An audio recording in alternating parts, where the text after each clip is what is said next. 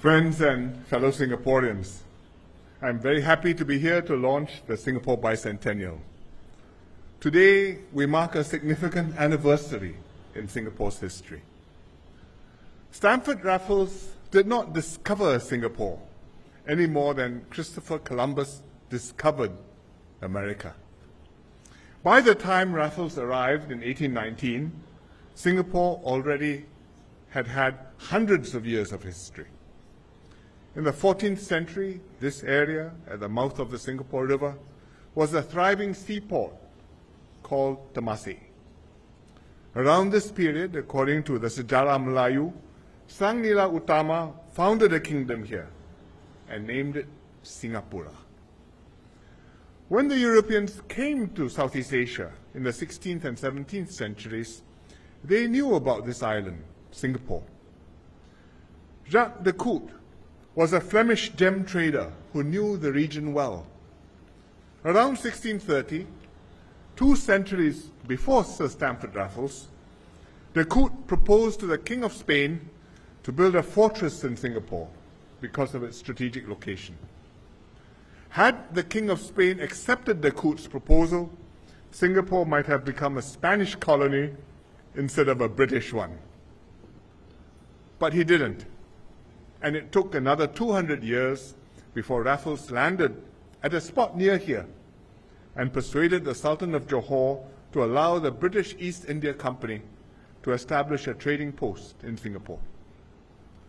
That was a crucial turning point in our history. It set this island on a trajectory leading to where we are today. Raffles made Singapore a free port. The new colony prospered and the population grew rapidly. Immigrants came from Southeast Asia, China, India, and beyond. Among the first were Munshi Abdullah, Tan Tock Seng, and Narayana Pillai, who all came to Singapore in 1819.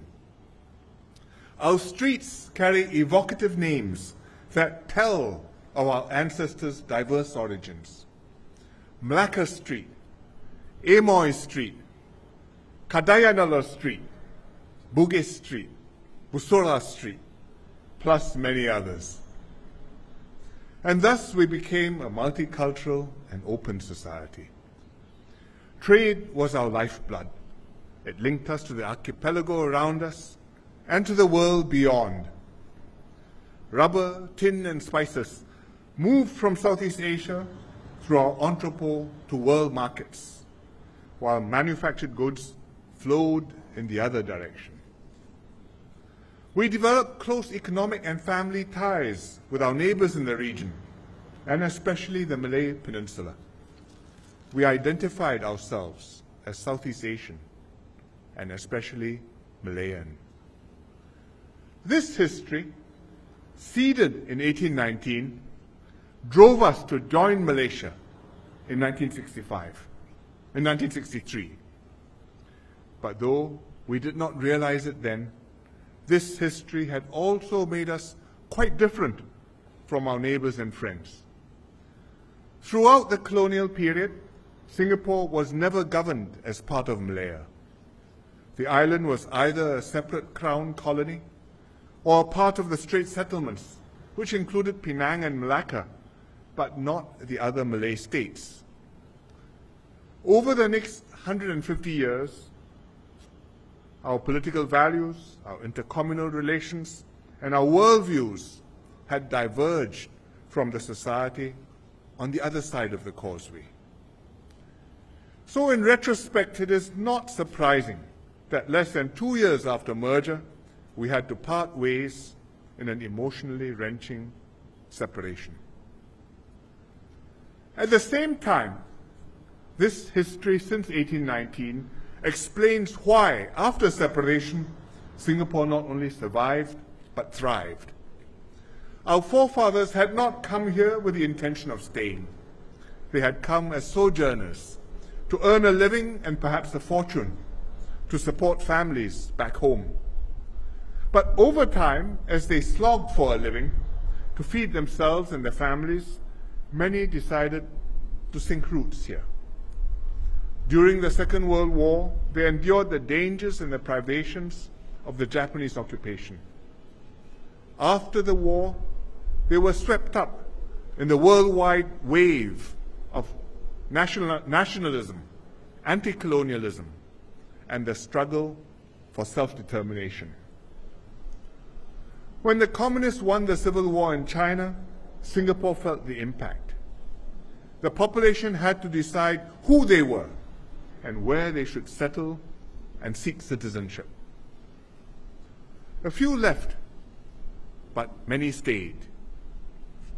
They organized themselves and fought to shake off the British colonial yoke. This emporium became their home and eventually their country.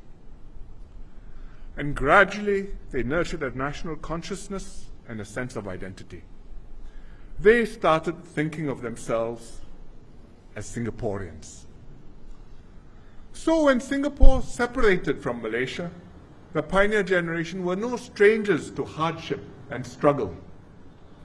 We had the grit and the resolve to show the world and ourselves that we were determined to endure and to be masters of our own fate. And so we did.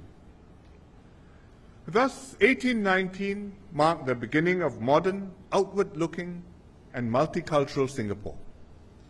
Without 1819, we may never have launched on the path to nationhood as we know it today. Without 1819, we would not have had 1965, and we would certainly not have celebrated the success of SG50. 1819 made these possible. And this is why the Singapore Bicentennial is worth commemorating.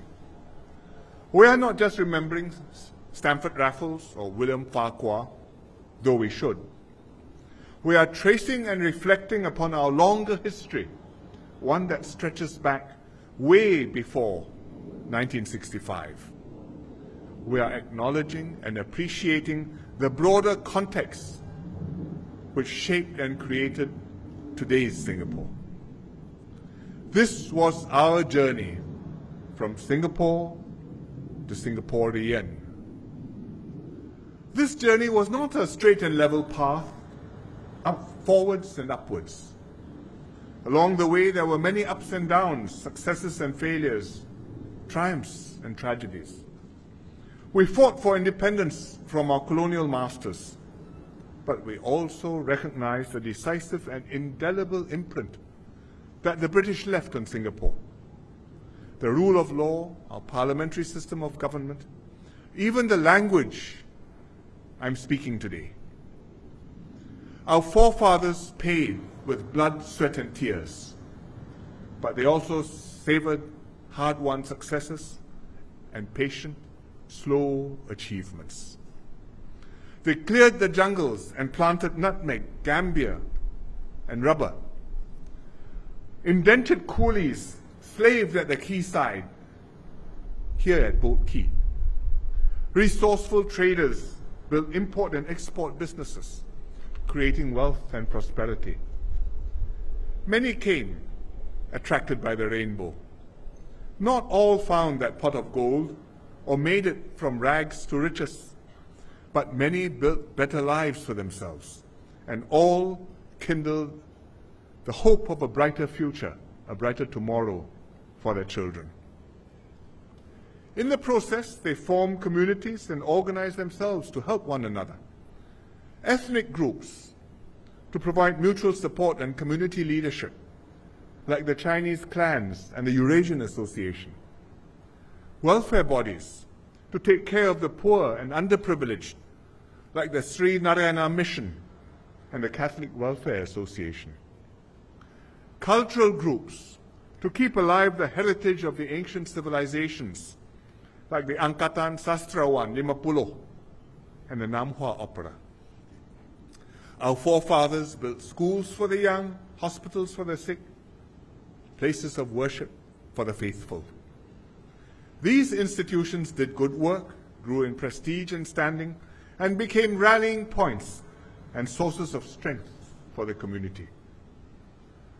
Over 2 centuries, all these different strands wove together into a rich tapestry, a shared sense of destiny, and eventually a Singapore identity and nation.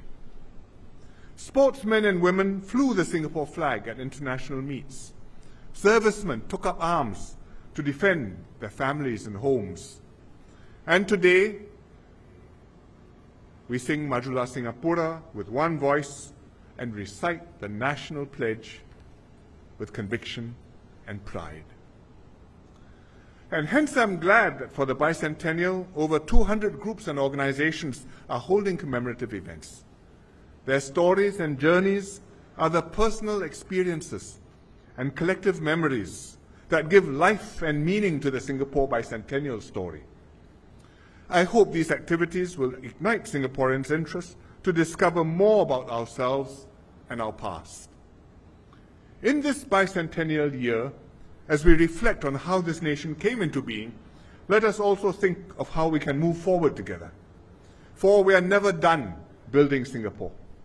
It's every generation's duty to keep on building for our children and for our future, so that in another 50 or 100 years, Singaporeans not yet born will have a richer and a greater Singapore story to tell, and one that we will have helped to write together.